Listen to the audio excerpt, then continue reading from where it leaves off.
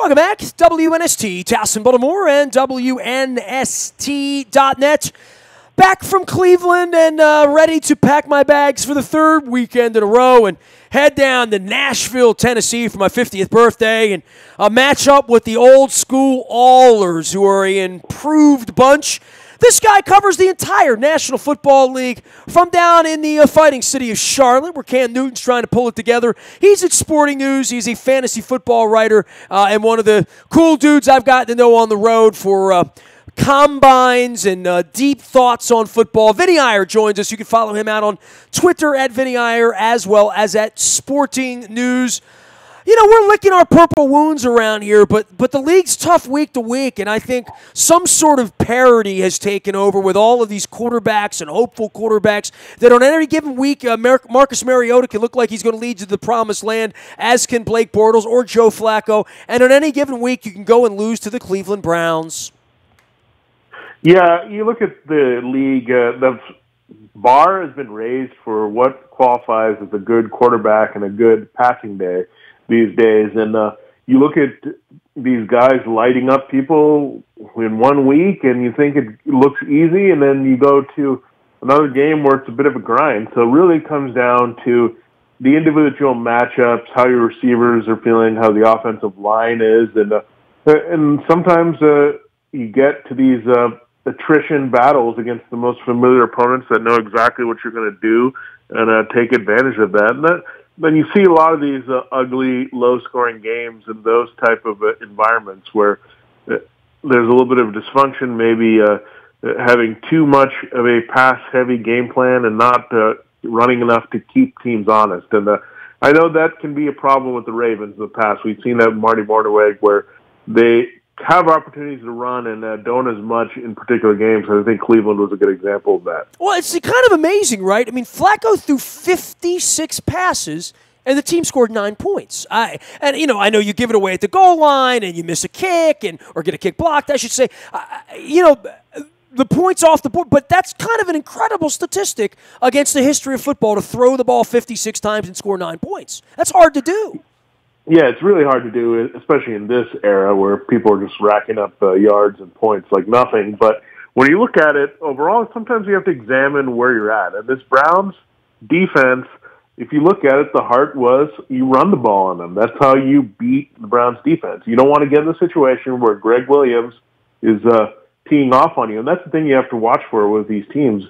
The teams that are most dangerous defensively are the ones that can rush the passer and have some pretty good corners, and the Browns certainly have that profile here. So when you see a team like that and you want to play to their weakness, you got to run the ball and stick with it a little bit more. And I think it has been a product of some of these extended Andy Reid type teams where that philosophy or connection somehow is that they go away from the run a little too easily. And when you got threats in the pass game, especially like the Ravens do, that you have to worry about downfield, you have to look at running lanes are going to open up. There's not going to be any daring you to throw because they know you can be dangerous doing that. So you're going to see favorable matchups, and sometimes you just have to run against those and maybe save the big play for another time. Well, you're feeling like you're setting the whole day up for one play to change the game. John Brown going over top, or Snead breaking a tackle, or Crabtree actually catching the ball. I can't be that down on an offense to produce 450 yards and kept the ball and moved the chains and had 25 first down. I don't know what to say. The offense isn't broken. It just was it didn't have what Baker Mayfield had, which was the ability to close it out and get it done. Whether that's Crabtree's fingertips or Buck Allen coughing up the ball or Tucker getting blocked, whatever it is, it was a recipe for a very, very strange day that now Vinny really kind of resets the division in a lot of ways, where Pittsburgh wins going away, Cincinnati looked like they were beaten at halftime, and winds up smelling like a rose in first place through all of this, where this division is now truly competitive throughout. And I think the Cincinnati-Pittsburgh game this week is going to be watched at 1 o'clock. Yeah, it's going to be a tough one going forward. We know nothing is ever easy in the AFC North. These teams are physical, they're nasty. We know when November and December roll around, the weather is going to contain a lot of these game plans as well. It's not going to be easy to throw the ball through the wind and the outdoors and all these 4 outdoor stadiums, and the elements are going to be a factor. So you got to be able to run there, and the Bengals certainly can do that with Joe Mixon, are committed to that. The Steelers, even without Le'Veon Bell, are looking to do that with James Conner. I think that's the heart, again, of the Browns. So the Ravens have to kind of examine that part of their team. Are we balanced enough? Are we complementing our defense enough to win these games and playing a little ball control and being effective running the ball? And I think people have looked at it, especially some fantasy people out there, that got to trust Alex Collins more. I know the fumbling issues, it was good to see them that they've kept trusting him in this game in key situations, but Buck Allen is doing a few good things. But you look at Alex Collins, he's a guy that can reel off those chunk runs and really make the running game worth it. And then in the end, it's going to open up your passing game again for those bigger plays. So I think that's one thing that Ravens need to be more committed to know how the flow of their team is. Well, thoughts about Cincinnati at this point at 4-1? I mean, this is a weird, precarious spot for the Ravens fans to be rooting for the Steelers this week to sort of level set the division, to get some help, if there is such a thing, from Pittsburgh. But the feeling that Pittsburgh and the mighty have fallen, and the drama going on up there with Le'Veon Bell, with the offense, with Roethlisberger and Antonio Brown, looked like it was functioning pretty well against a very, very depleted Falcons squad. But, the Ravens are done on the road now, Vinny. This is weird, right? I mean, it's not even Columbus Day, right? And the Ravens don't have to go on the road in the division, but that still doesn't, 1 and 2 is not going to get it done. Yeah, there's still a lot to go, and I think for every game, the Ravens are going to have a bit of a grind here. I mean, it's nice to have those 3 home games in the division in the back pocket. There are some favorable games coming up. I think the Titans and Panthers and Saints here in the next 3 weeks. That's going to be a big test to see where this team's at going into those games, because I think Steelers and Bengals follow that with a bye there. So it's more setting up for the second half. Are they going to be even in the mix to battle for a playoff spot? Because that's available here. I think it's a scenario where all 3 teams, we've seen this before, from the AFC North can get there. You see the South struggling a little bit. The East is certainly not going to send 2 games or 2 teams overall. The West certainly won't either. So it's set up nicely right now for the Ravens to at least get in and make some noise, and the division has still got plenty left. But these next 3 games are going to really determine how well they're positioned. Yeah, it's October 10th, and New England's already won their division, right? I mean, it's crazy. Yeah, pretty much. I mean, you can just circle that every year. I mean, we saw Miami. We bought it for 3 weeks, kind of, but and then everything kind of reset last week. So Bills are playing well, though. You got to give it to them, and the Jets with a big win as well. So those teams are going to be improving, and they're going to be a thorn in a lot of teams' side that you can't just go in there and take them lightly. But they're not going to win enough to get in the playoffs. Vinnie Iyer is our guest. He's with Sporting News. You can find him out on Twitter at Vinnie Iyer. That's VINNIEIYER. All of our WNST programming brought to you by our friends at Amici's of Little Italy. Get on down there. Get the pane rotundo, the meatballs, the best marinara on earth. You hear me talking about it. Get some garlic bread while you're down there, too, man. Settle down and watch some baseball this week at Amici's. High Street. 27 years, I think, is where they are now. I think they're still a year ahead of me everywhere we go. And take it all in. Get on down to Little Italy and see my friends at Amici's. Vinnie Iyer's here for Sporting News. You're doing the fantasy thing, and you talk about, how to win and lose at fantasy. Mahomes must have been the pick of all picks at this point, right? Like, that was the sunken treasure for someone on August 29th in their fantasy draft. Yeah, and it's funny. Patrick Mahomes, there's so many guys that had the potential for big seasons, lower than the quarterback, and I think that's what we're seeing in this league, is that I used to think quarterback having 250 to 300 yards and 2 touchdowns was a great game. You'd be over the moon on that. But now it's like, can we get close to 403? Didn't this guy do it this week? So the value of that position has just been off the charts there. That's what it's been seen. And you even had C.J. Beathard go in there and do some damage throwing for yards. So it's a weird game, fantasy.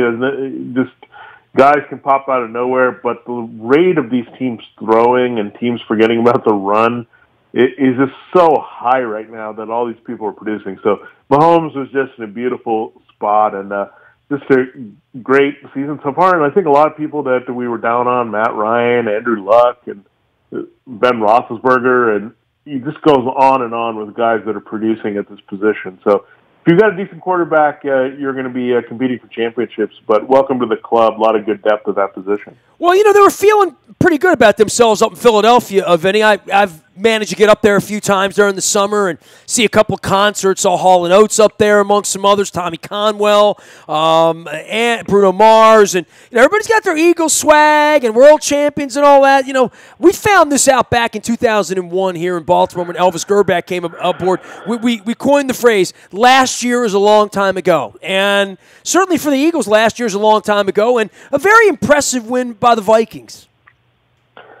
Yeah, you look at the Vikings and what they really exploited. And the Eagles, the biggest thing so far, and there's a story I'm doing on Sporting is looking at their problems, but the one obvious thing is the secondary for the Eagles is terrible at this point. And giving up big play after big play on both sides there, it's just hard to do that and win this league. I mentioned the passing boom around. Everybody has pretty much two good receivers. A lot of teams have three good wide receivers there that can exploit matchups there. And the Vikings have two of the best, maybe one of the best duos in the league there, Stephon Diggs and Adam Thielen, and they had their way there. So when you look at the Eagles, that's been a big, big problem, giving up too many big plays too easily.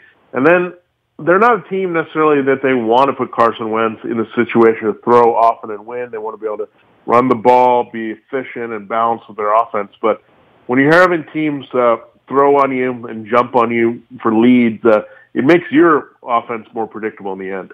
What's going on with that team down in Carolina where you reside, and Cam Newton quietly, been okay, and the Cam Newton it factor from a couple of years ago clearly has worn off to some degree. But my boy Graham Gano kicking 163 yards. I can say I had him on the show way back when.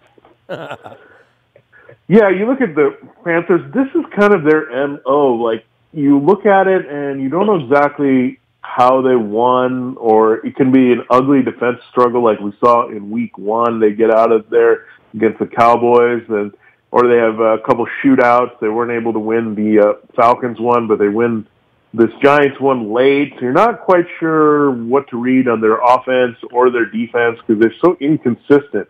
They meet somewhere in the middle, and it really comes down to one or two plays whether they're going to win games. So I think this is one of those teams that's very frustrating to analyze for a lot of people because the data says they should be this record, and they are always exceeding the Pythagorean whatever, where they're getting more wins than they probably should. By kicking 63-yard field goals, right? Literally. Yeah, pretty much things that shouldn't happen that are statistically against the grain. So that's why you never know how quite good they are. They could ride it all the way to 15-1 like we've seen, or they could be they're on 9-7 or sneak into the playoffs and they'll be one and done there. So inconsistent, maddening there, but for an inconsistent team, they win a lot more than they lose.